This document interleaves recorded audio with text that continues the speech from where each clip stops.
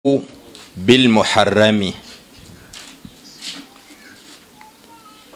mwejjanjabe abange mu abaddu ba Allah naye temwejjanjabanga nga muyita makuba agagira ki agaziyizibwa.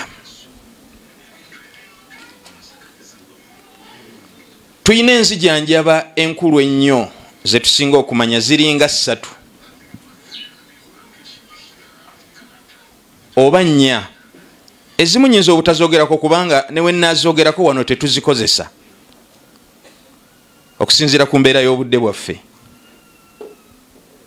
Mathalan ng'enzijanjaba eyitibwa al-fasd, kati newe njikusomesa tegenda kugasa naye nga tugirina mu buki mu busiraamu. Kanjogereko enzijanjaba 3 zetutera oba zetukozesa ennyo mu ddiini yaffe y'obusiraamu.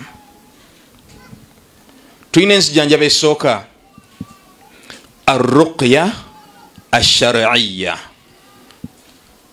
nga tukozesa rukuya ey'amateeka ag'obuki ag'obusiraamu. Eyo Nabi sallallahu alaihi wasallama yagikozesa, bamasahaba bagikozesa, n'olwaleero luno tugigira ki tugikozesa. Nabi yagikozesa ye di emirundi mingi naye olwakadde katusikeyo omulundi Nabi sallallahu alaihi wasallama ogumu kwegyo gye yalogebwako. Nabi bamwegezaamu emirundi mingi okwagala okumutta nga bayita mu malogo, naye olunaku lumu yalogebwa n'alwala obulwadde naye nga tabulabangako. Sallallahu alaihi wasallam n'atuuka okubeera nga ne bwagenda eri bakyala be tewali mbeera yonna ekola ki ebeerawo. N'asaba Allah. Sayyidatu Aisha agamba nti daa thumma daa Rasulullah, Nabbi yasaba Allah n'asaba Allah ku lwekyo kye yali atuuseeko kye yali talabangako. Aba yeebase Allah subhanahu wa ta'ala n'amusindikira abasajja 2, faqa'ada inda ra'sihi, omu yatuula sayidi y'emitwetwe, wal akhar inda rijlayhi, omulala n'amutuula emirannamiro. Atudde emirannamiro abuuza atudde eno ku sayidi y'emitwetwe gy'atadde omutwe, ma waja'a ar-rajul, musajja ono yabaaki? Ono n'amwanukula matbub, bamuloga buki bulozi. Bannange eddogo terisookedde ku ggwe oba ku mwana wo oba ku maama wo, lyabeerawo kuva dda nadda, naye ekikulu mu byonna nti olivuunuka otya. Wuliriza bino. Ono wamala gamba nti matbubu, lino ddogo lyeri muluma lyeri mutawaanya, n'amubuuza nti man tabbahu, ani yamuloga? Ono n'amwanukula n'amugamba nti Labaid bin A'sam al-Yahudi.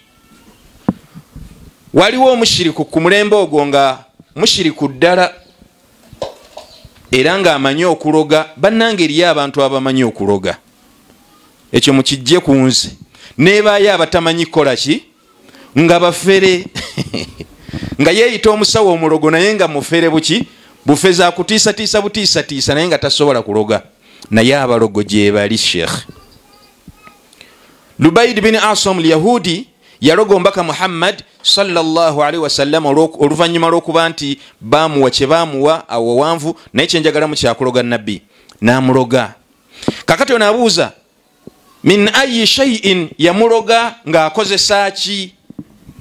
Ono n'amugamba nti fil musht wal mushata, yafuna enviiri ze yajja mu kisanirizo kye.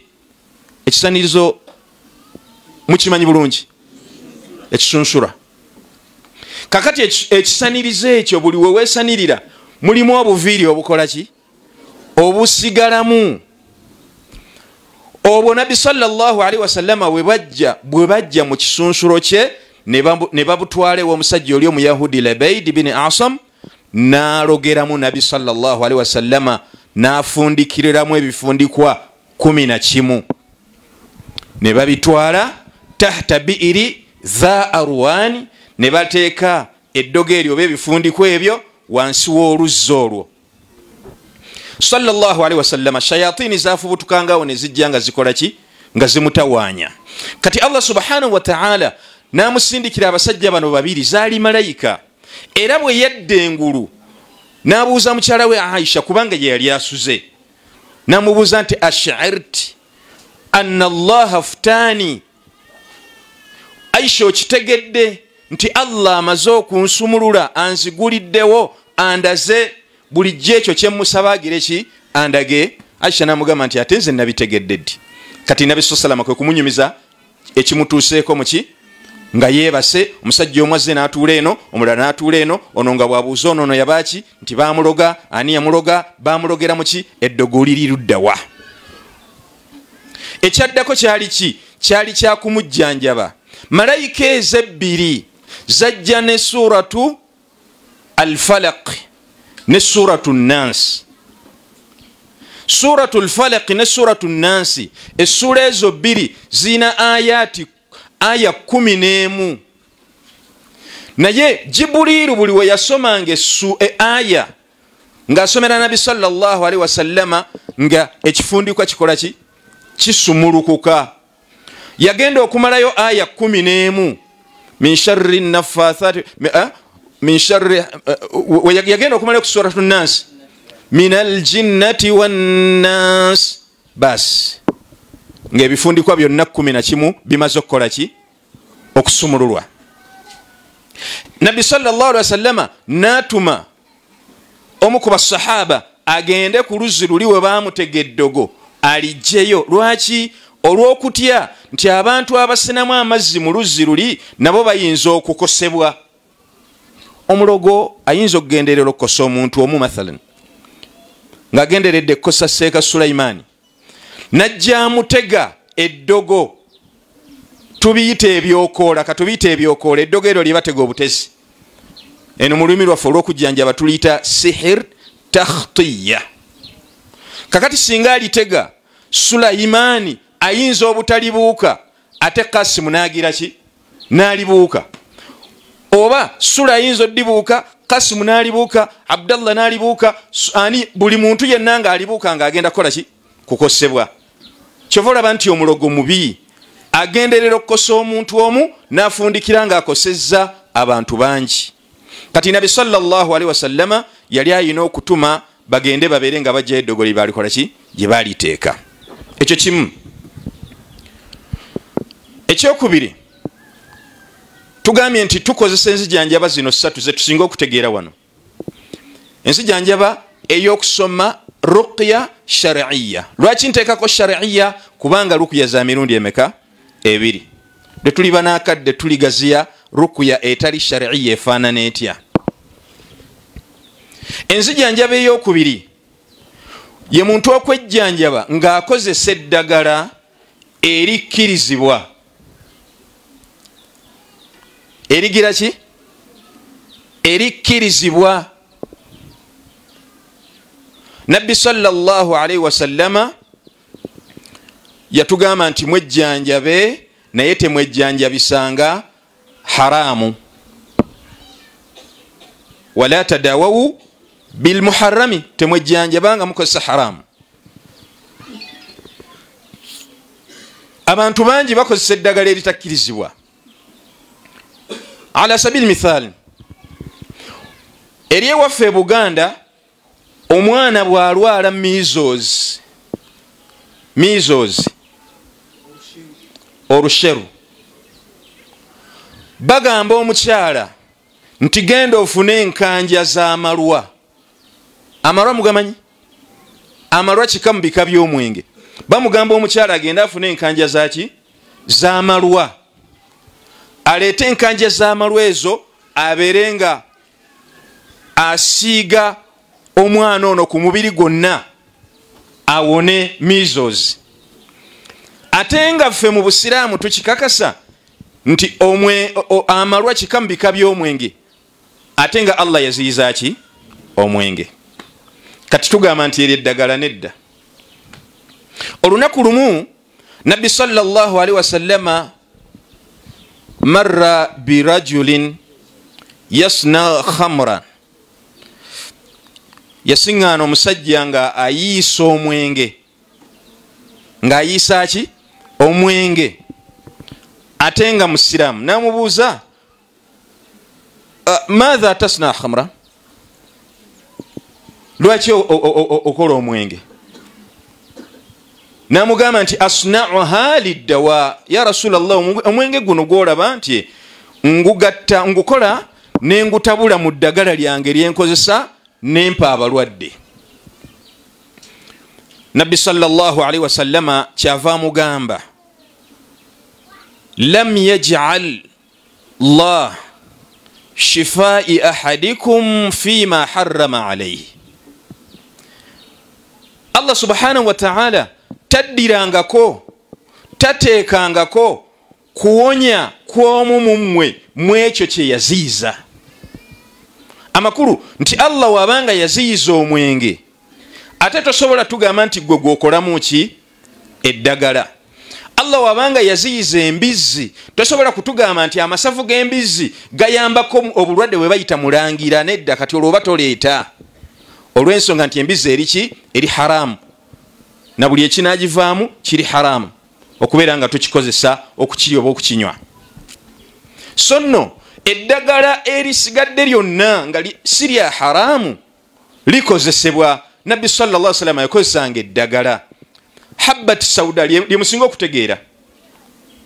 Lumu yakakwata bwati ng'ali mu basahaba, kubanga kaweke katono, habba kaweke, mpeke sauda enzirugavu, yakakwata bwati ng'ali ne basahaba, nabagamba nti inna fi hadhihi alhubayba, yakozesa tasghir, yabagamba nti mazima ddala mukaweke kano kemulaba kana akatono, kubanga habbat sauda wo kateeka wano mu kibatu kabula kubulirawo, tokayinawo, leeta tubalage.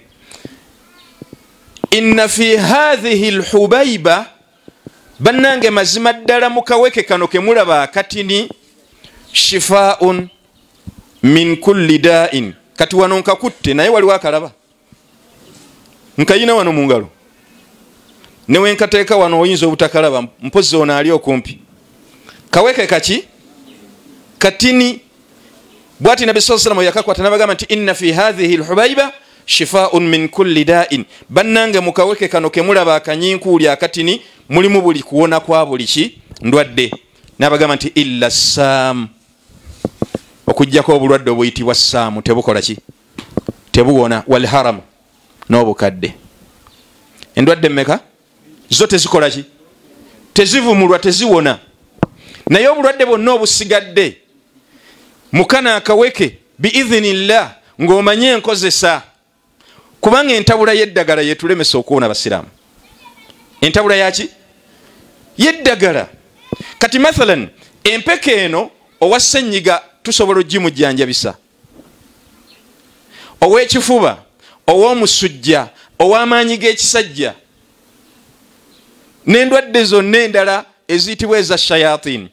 Ow'amaanyi g'ekisajja tusobola omugamba fune obuweke 7 obwa habbat sauda 7, obugaaye ku makya ala riq nga tonnalyaki kantu konna, omala osomereko adhikari. Adhikari ezo tuzikuwa, nobeera nga obugaaya n'osoma n'adhikari ezo n'okikola okumala ennaku 7, biidhinillahi ta'ala ogenda okulaba nga eyali omusajja luyongoyongo ng'amaanyi gakoze gatya gakomyewo. Entabula gye tutamanyi n'okubeera nga enniya zaffe si nkakafu. Zaitu zaitun, oyira ayitibwa zaitu zaitun, Nabbi sallallahu alaihi wasallam yamukozesanga era n'atukubiriza n'okumukozesa. Yabagamba basahaba nga batudde, n'abagamba nti kulu zaita,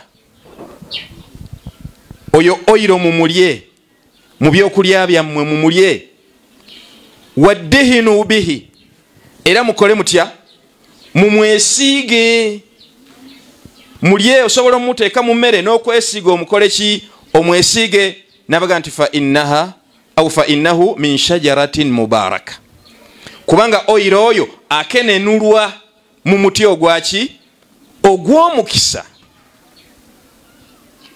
zaitun.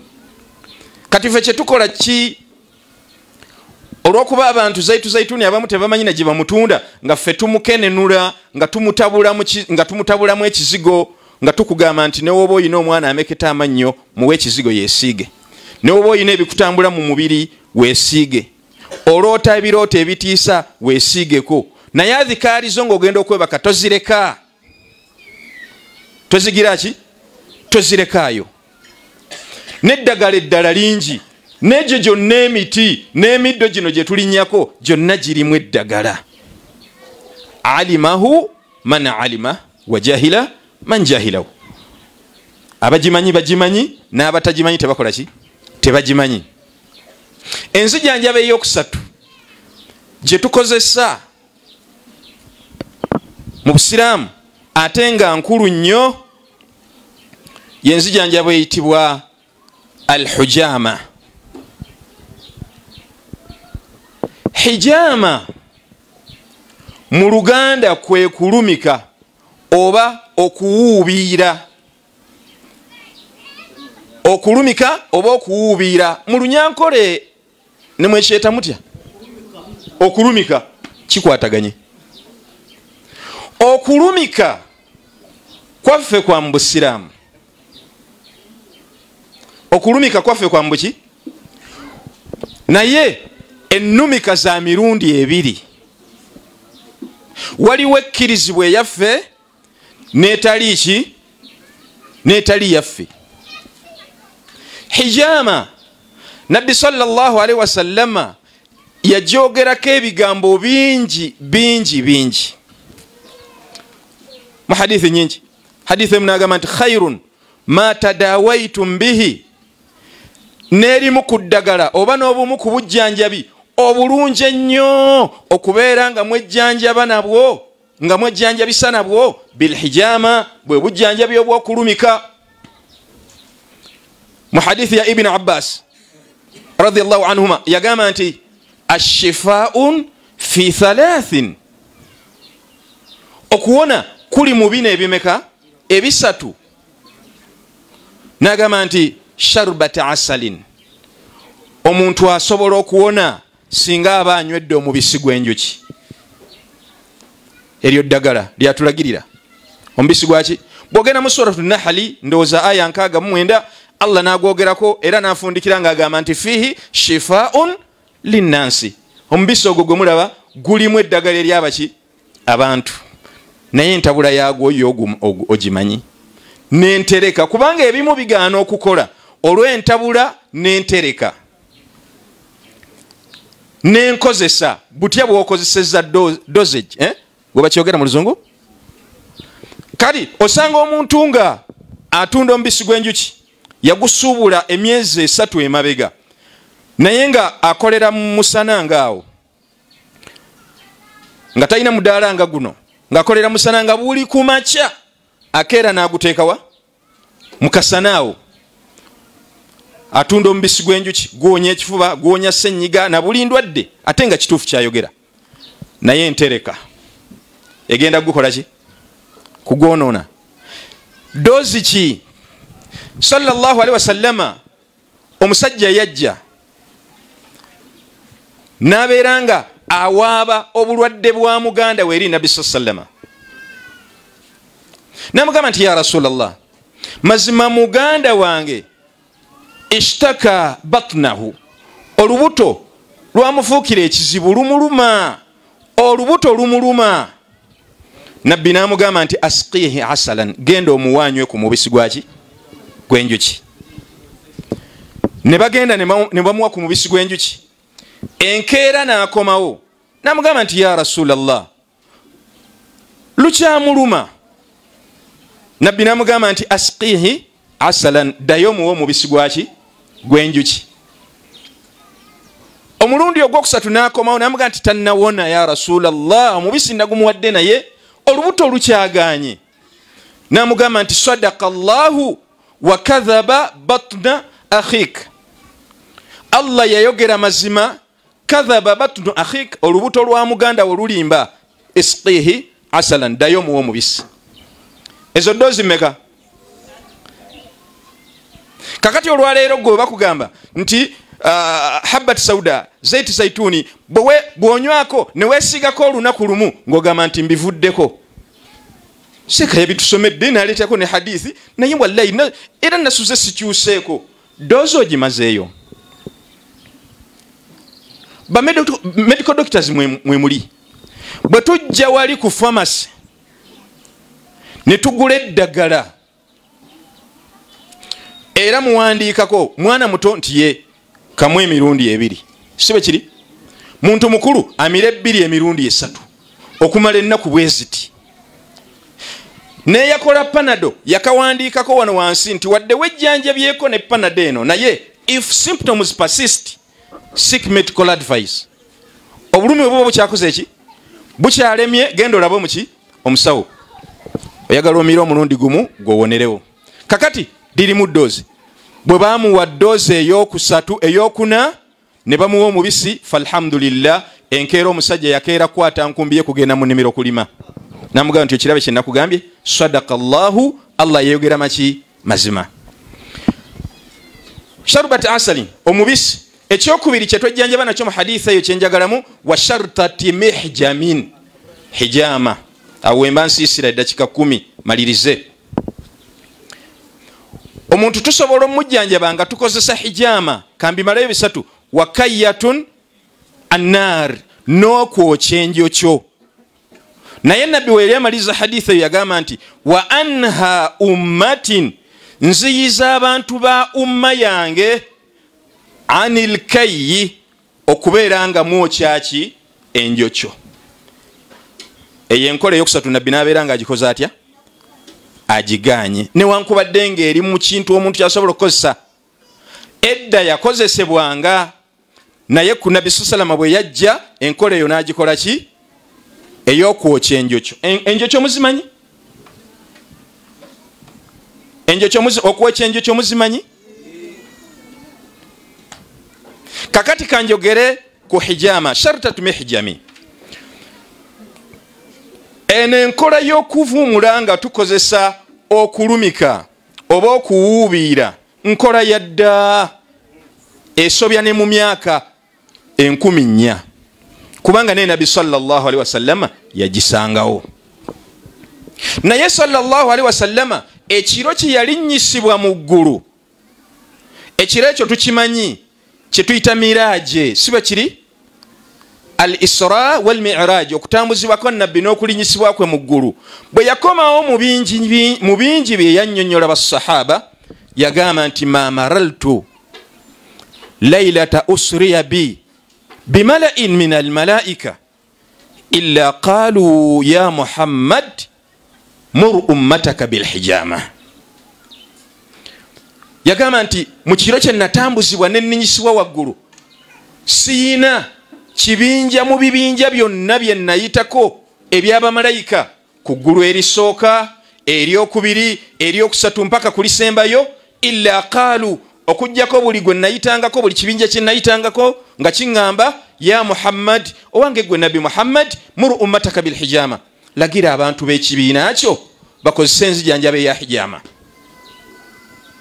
Nabi sallallahu alaihi wasallama ihtajama ala ra'sihi hina tubba, n'alumikibwako ye kennyini ku mutwe mu kiseera we yali nga bamuloze. Mbagambye nabbi yalogebwa emirundi mingi. Kati omulundi guno baamuloga, omubaka sallallahu alaihi wasallam omutwe ne gumuluma okubula okwabika, ne gumuluma. Naye omu ku basajja be abaali bamanyi enzijanjabe ya hijama yayitibwanga Abu Taiba oba Abu Taiba. Abu Taiba najja fahajjamahu ala ra'sihi biqarnin, nalumika nabi sallallahu alaihi wasallama ku mutwe ng'akozesa akayembe, ejjembe ly'ente. Ejjembe mulimanyi? Ejjembe muliyita muti eno mulunyankole? Ihembe.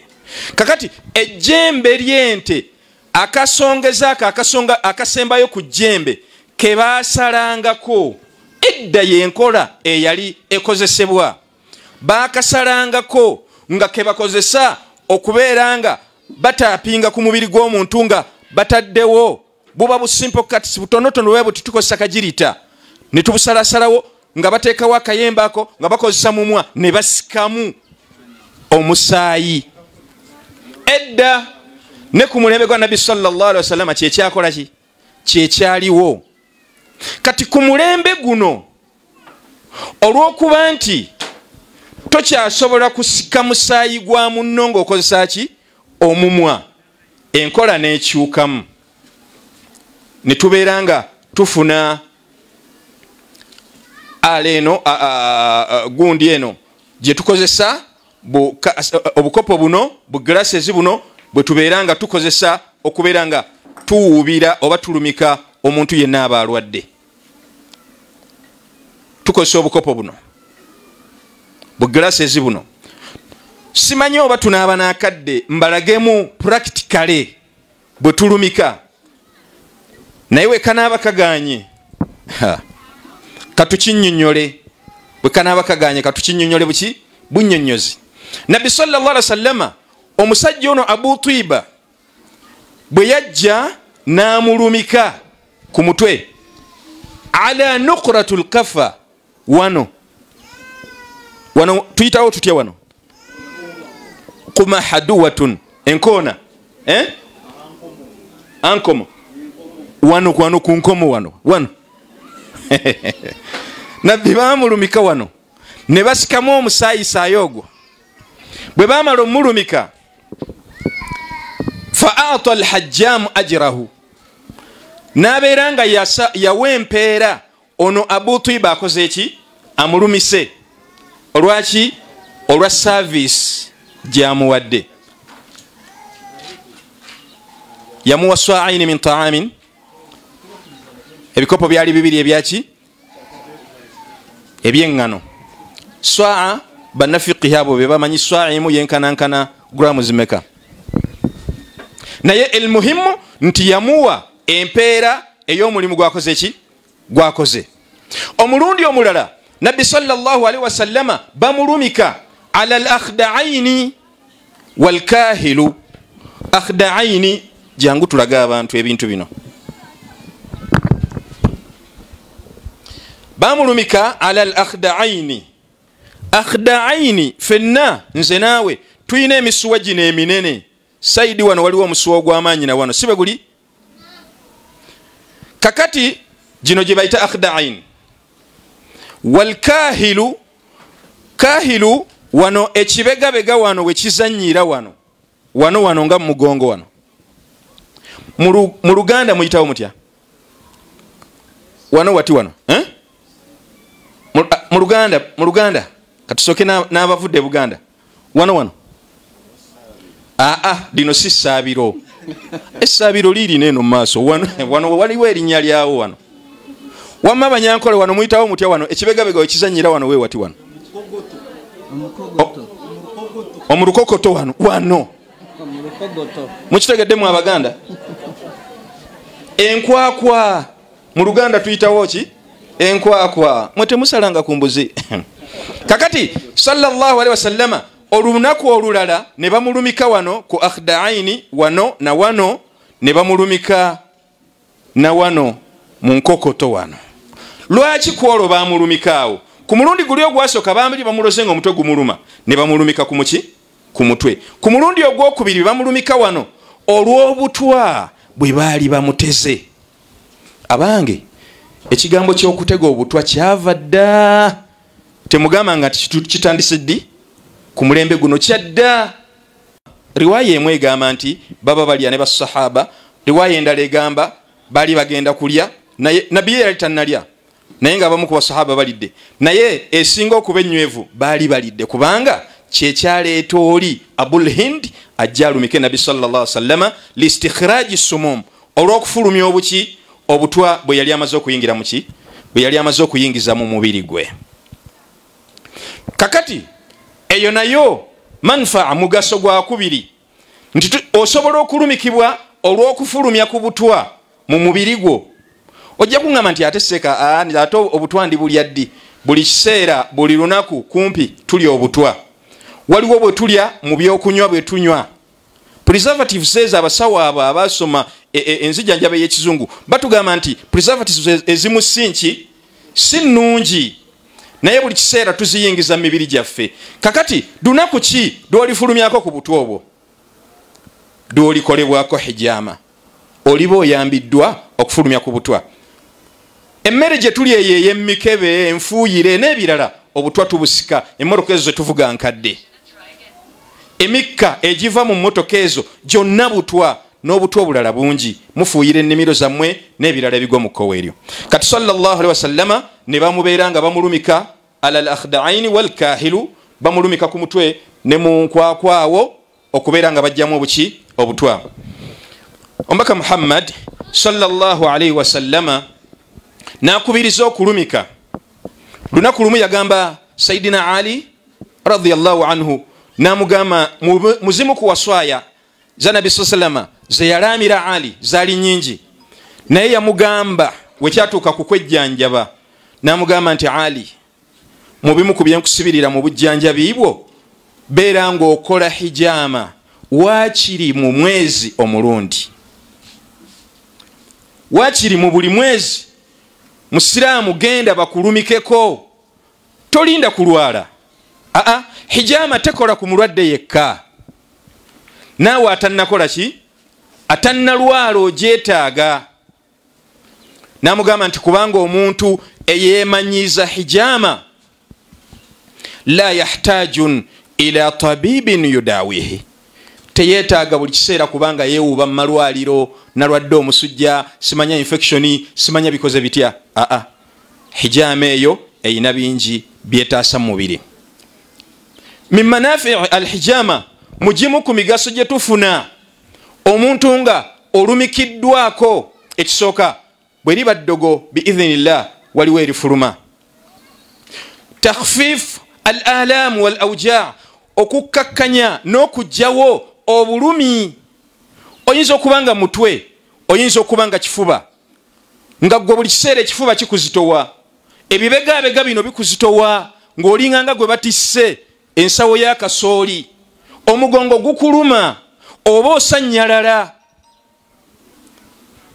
N'okusanyalala okwo mwanange bwe tukukolako hijama kuyambira ddala. Lwaki? Anti okusanyalala okumu kuleetebwa okukulootinga kw'omusaayi mu misuwa gy'omuntu. Omusaayi ogwo gusobola okukwata ebifettefette mu misuwa gyo. Kati we gukwata n'ofuna shalal, okusanyalala, oba giyite stroke. Kati hijama ekyo nakyo biidhinillahi kiyamba. Singa ng'oba okoze hijama, okusanyalala okoli akugamba nti buli wenzukka ku makya nzukka engalo zino sheekhe zisanyaladde, kono gino amagulu nga gasanyaladde, jangu tukukoleko hijama. Ekifuba kizitowa, jangu tukoleko hijama.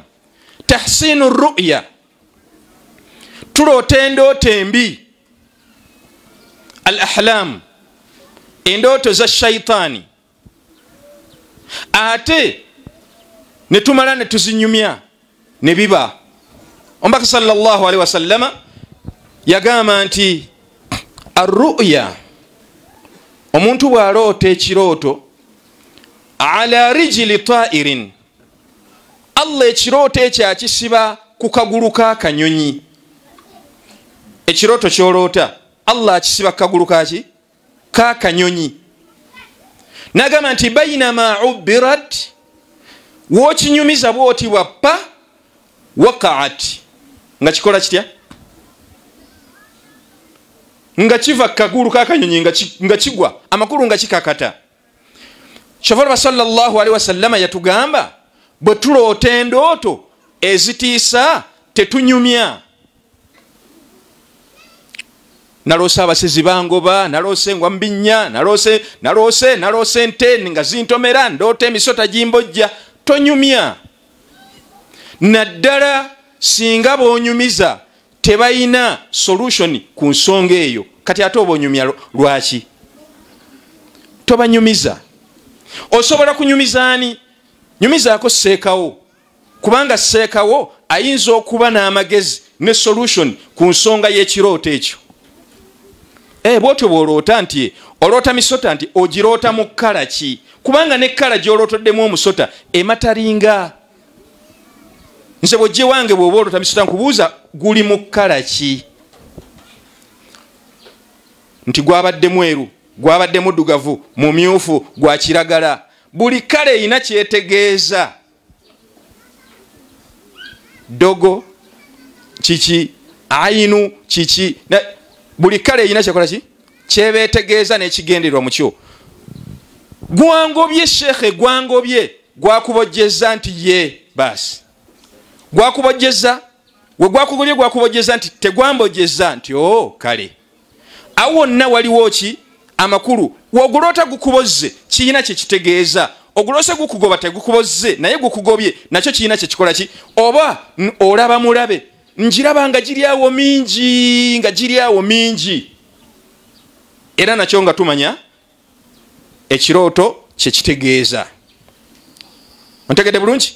Kakati tahsinu ru'ya, omuntu aloota obubi ng'oggyeko okumugamba nti ojja kwesiiga ku kiziga ekyo ng'omaze okusoma adhikaarizo n'okunaaba ku ruqya, tukugamba nti jangu okolebweko ne ku hijaama. Allah ayisiriza omwo biidhinihi ta'ala ebirooto byaffe bikole ki? Birongooke. Tuyina ebitambula mu mubiri. Nabbi sallallahu alaihi wasallam yagamba nti inna shaytaana yajri min al insani majra damin. Shaytaani etambulira mu butambuliro, etambulira mu muntu majra damin, mu butambuliro bw'omusaayi. Buli omusaayi we gutuuka mu mubiri gwo ne shaytaani erina obusobozi obukola ki? Obutuukawo.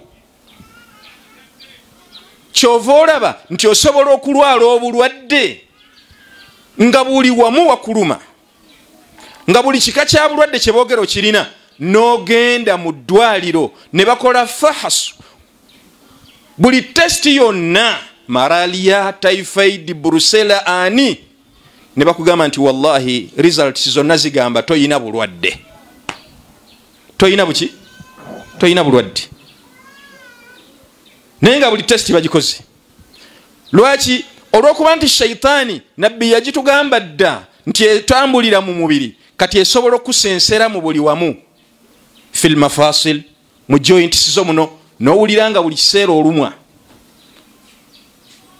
omubiri gukuluma, olwala, omutwe almutanaqil, gul on and off, bw'omirako ku bupanado n'obanga weweddemu we bugwamu mu mubiri ne muddamu ne mubakana bupya. Ezo zonna symptoms zongera okukakasa nti oli muki? Kolwako ku hijaama. Kubanga ebiralo oyinza okuba sheikh naye nesomerera, ate ne sheikh gundi yansomererako nti ane eddagala eryo nalikosaako, oyo sanyanyodde mungi bikoze bitya. Naye kolako ne kuki? Ne ku hijaama biidhini ta'ala. Nga natera okufundikira hijaama eyina bingi emigaso gyayo, nga bwe tugambye obulumi, efulumya shayatin ng'obadde ologeddwa.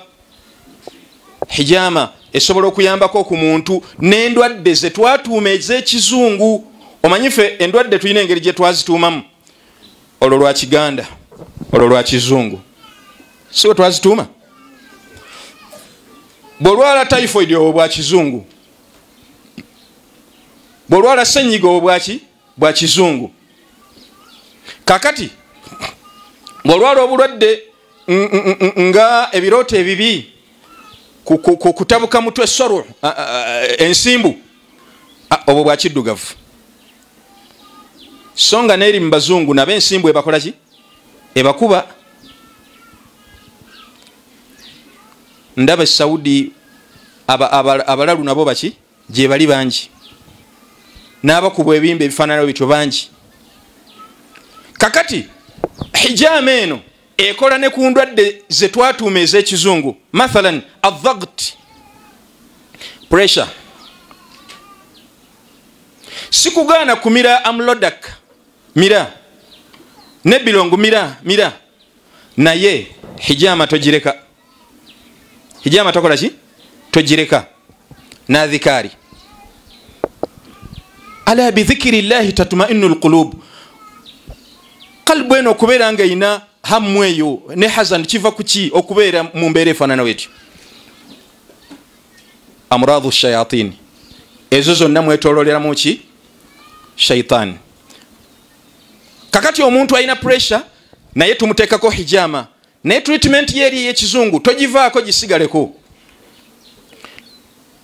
naye jangu ofuneko kuki? Ku hijama. Maradhu sukkar, diabetes, owa sukaali, ate ezo endwadde ebbiri kankibabuulire kino zirina alaaka y'amaanyi ne shaitan. Kakati nabbi wamala okugamba nti zikutambulira mu musaayi, golowooza yo ziba zaagala okumala ekyetaago zikola zitya? Zimalira muki? Mu musaayi mwennyini.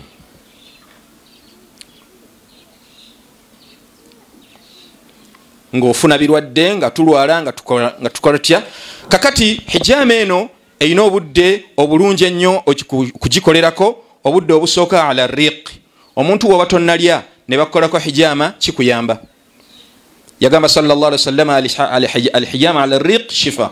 Omuntu we tumulumika ng'abadde tannalya awona. Walhijama ala shibai, kyokka singa tukulumika ng'omaze okubwegera okussa emmereyo, da unatoba obwa buki? Bulwadde. Ako nno ab'ekizungu baakatukoppako. Mwenna abali wano ng'oli wano nga baali bakulongoosezzaako kino nanjulira. Bw'ogenda mu ddwaliro nga bagenda kukulongoosa, bayinza okukuleka ku kitanda awo okumalanga essaawa 24. Tebakukkiriza kuddamu kulya heavy meal. Beera awo onywa kajuyisi ku mazzi bw'otyo obuntu obulyo obutontono obwo. Eri emmere gye walidde esooka emala okwongera okufulumamu, balyoke bakkoleko ki? Amaliyatul jarrah. Bagitaani eyo? Operation. Balyoke bakoleko operation eyo. Wa amma tosobola genda ng'ova ku lusaniya lwa katogo ne bakuba ekisonedda bakulindirizamu. Kakati ne hijama, Nabi sallallahu alayhi wasallam yagamba nti alhijama ala riq shifa. Omuntu we bamulumika nga tannalya, nga mu lubuto takkuse, afuna mangu okuwona. Amma alhijama ala shiba, kyokka we tukuteekako obulumiko nga tokkuse nnyo, tuba tukulwaza buki? Bulwaza. Ekirala, waliwo awqatul hijama, ebiseera ebirungi ennyo omuntu okubeera nga akoleramu hijama. Mu hadith sallallahu alaihi wasallam yalaga fahtajamu bi barakati llahi yawm 17 wa 19 wa 21. Kola hijama 17 shahariya. Tutegeeza guno omwezi gwaffe gwe tubala, siguli ogwa jirigoli, kuba leero 16 sibe kiri? Leero 17. Omuntu ayinza okugamba nti ntebedde ddala leero 17. Nabbi yali tategeeza gino 17 eza jirigoli. Guli ogwaffe gwennyini ogwaka ku ggulu. Singa Allah akuteebesa n'olumikibwa ku 17, 19, 21, yagamba nti owona buli kirwadde ekiri mu mubiri biidhnillah. Mu nnaku za wiiki Nabbi sallallahu alaihi wasallama n'atulagamu ennaku ennungi ezisinga obulungi nga ziri mmeka? Ziri 3. يوم الاثنين، يوم الثلاثاء، ويوم الخميس. ennaku ezo 3 nazo nnungi nnyo. N'abaako ennaku ze yasongerako ddala nti olwo temukola hijama okujjako ekitebereka yaumu sabti yaumu sabti olwo mu hadithi yalwogera temululumikirako omu ku basahaba bayinamu obunanfuusi mutima naga naye nabbi naye ayitiridde buli kamu nze kankole ndabe bwe yagenda n'alumika ku Saturday aswabahu barasu kiki sheikh ebigenge Allah yamugerera n'alwala obulwadde obw'ebigenge omubiri gwe mpaka we yafa byagaana okuwona. Idhan Monday olwokubiri olwokuna nnungi nnyo ze zisinga obuki obulungi naye ate era omuntu tusobola mulumika n'olunaku olulala olw'Essande olwokutaano nalwo tusobola okukola ki okulumika ne Saturday singa wabaawo embeera etakola ki naye wabanga walimu embeera esobola okulindika tukugamba nti linda mwenkya mukitegedde tayib kano mugende nako abalina abaana abasoma mutera ogenda mu butale ne musanga abatunda brain booster obustinga obwongo bwani bw'omwana tewali brain booster esinga yambaka Muhammad sallallahu alaihi wasallam gye yatugamba naye hijama eno nabbi yagiyita brain booster ewagala obuki obwongo. Alhijama yazidu alhafidhu hifdhan wa yazidu alaqil aqilan. Bwobanga obadde mugezi nokolako ku hijama kisukka. Bwaba mwana mu class nga ayina byakwata oba akwata Qur'ani mutwale bamukoleko ku hijama ojja kulaba wenjawulo. Abasajja abali wano nga muli bafumbo mwetaaga okukolako hijama ala asfali dhahari wansinsi wana waki w'omugongo wano mwenna fenna mwetaaga okukolako kuki ku hijama